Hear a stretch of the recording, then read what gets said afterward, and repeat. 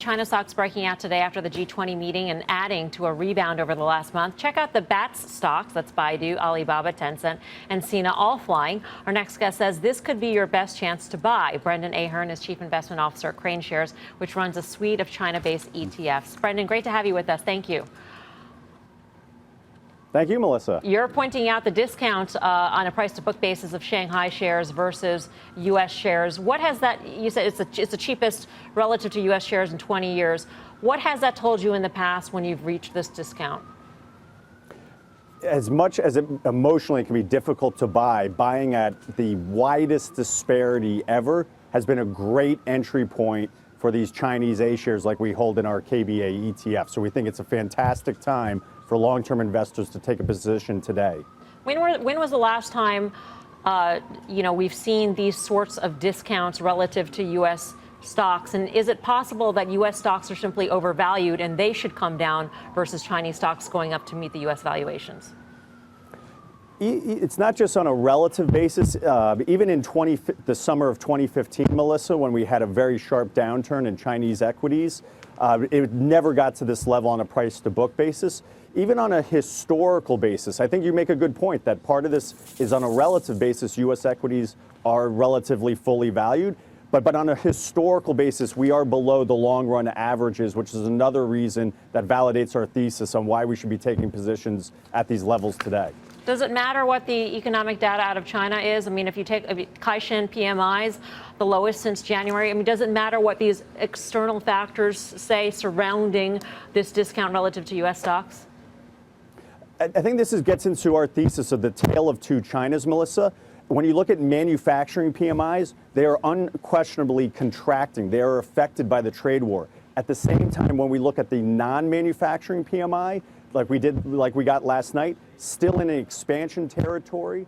Retail sales in the month of May were up 8.4% year over year. The Chinese consumer is alive and well. Fiscal stimulus is geared to raising domestic consumption. Hey, Brendan, it's Tim Seymour. And so just, you may know, but just know, I'm predisposed to liking this trade because I've been investing in emerging markets for 20 years. I will say you've actually got the EEM and you've got most of emerging markets trading at 10-year lows relative to the S&P as well. And all they've done every time is trade lower. So why is this time going to be different? Because frankly, you can pick stocks, and it sounds like you picked a few, but people could be cynical on this trade based upon history. I think, Tim, you bring up a good point.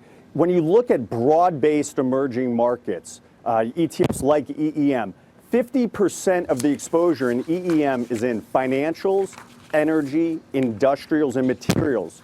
That's a value orientation to broad-based emerging markets. What K-Web does for you is break out the domestic consumption story, the growth names.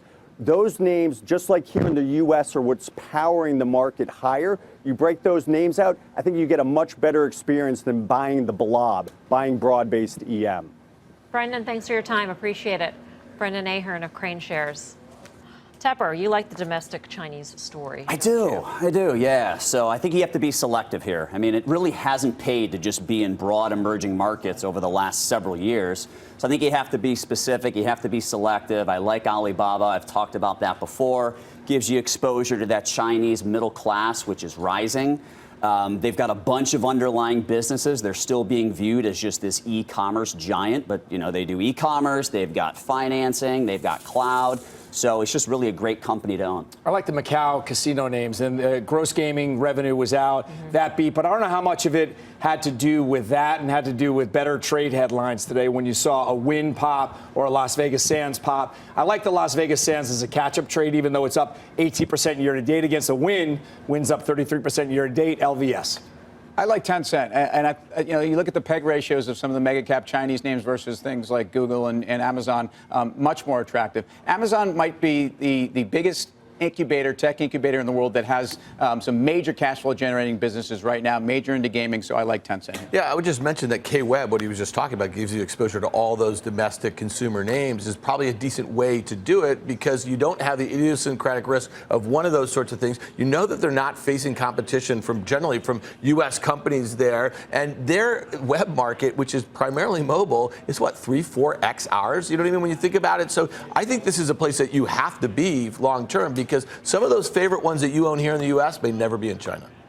Yeah. Yeah, Such as, you mean like a Google? Yeah. But you actually think that what's implied in your statement is that basically Google, Facebook, and Amazon are being shut out of China in the future. No doubt about it. They're not ever going to have meaningful market share. Well, they will. I mean, is that a fair assumption, at least for the immediate future? Well, 5 years?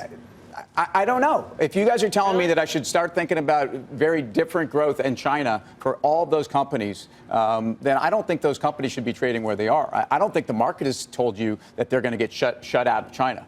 Do you? The market has not told you that Facebook or Google is going to be Well, shut out. it's actually an interesting time. No, I don't think so. Now if that could actually be used, to Tim's defense, that could be used as something with the trade war negotiations. Maybe that could change on a dime. But as it stands right now, the market is told you that. So are U.S. companies They're are gonna going be to willing make to censored subject sites to- and give the right, data to China? No way, dude. censorship. This is not happening for at least a decade. But you're telling me that the mega cap U.S. tech companies are shut out of China effectively right now? Well, Google, I think that Amazon, Facebook. I would say that And you they think would that's be in the valuation? I don't at all. In other words, if you told me that those companies have zero growth coming from China and China related right now, I'd say those are multiples that have significant room to the downside.